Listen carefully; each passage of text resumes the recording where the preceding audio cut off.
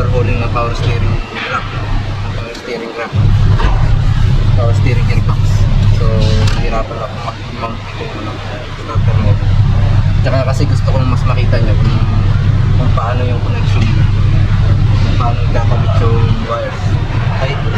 Again, tulad ng dating video ko sa YouTube channel ko, ang negative terminal ay para sa body ground ng starter motor.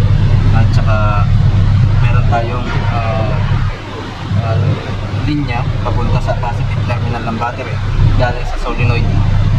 Okay? Starter solenoid. At saka yung starter motor mismo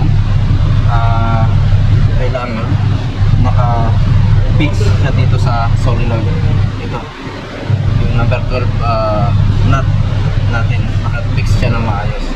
Kailangan tama lang yung higpit niya, huwag masyadong maigpit kasi nababasag to. Tapos yung power side, ito yung galing sa itong line na to ay papunta sa ignition switch. Ito yung nagti-trigger para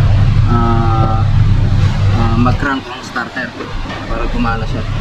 So ito, red line, ito yung line para sa ignition switch natin. Okay, let's perform the starter performance test. Okay,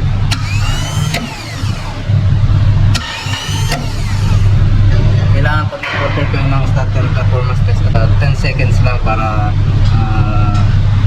hindi mag-overheat yung starter motor natin. Okay, so okay naman yung pagka-overhaul sa kanya.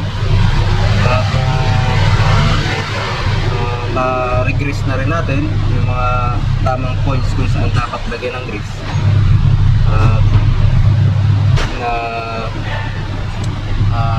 Na-skim natin yung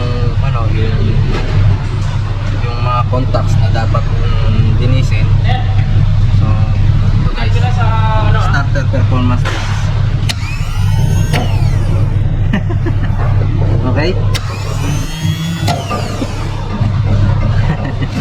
Pagkagawa mo, talagang Right? maganda yung gumagana yung parang bago. So, ang ano nga pala, ang aim ng overhauling nga pala guys, after the overhauling, it must be runs like new. So, it should be restored into A1 condition. So, it should be restored to almost new condition. Okay? Thank you guys.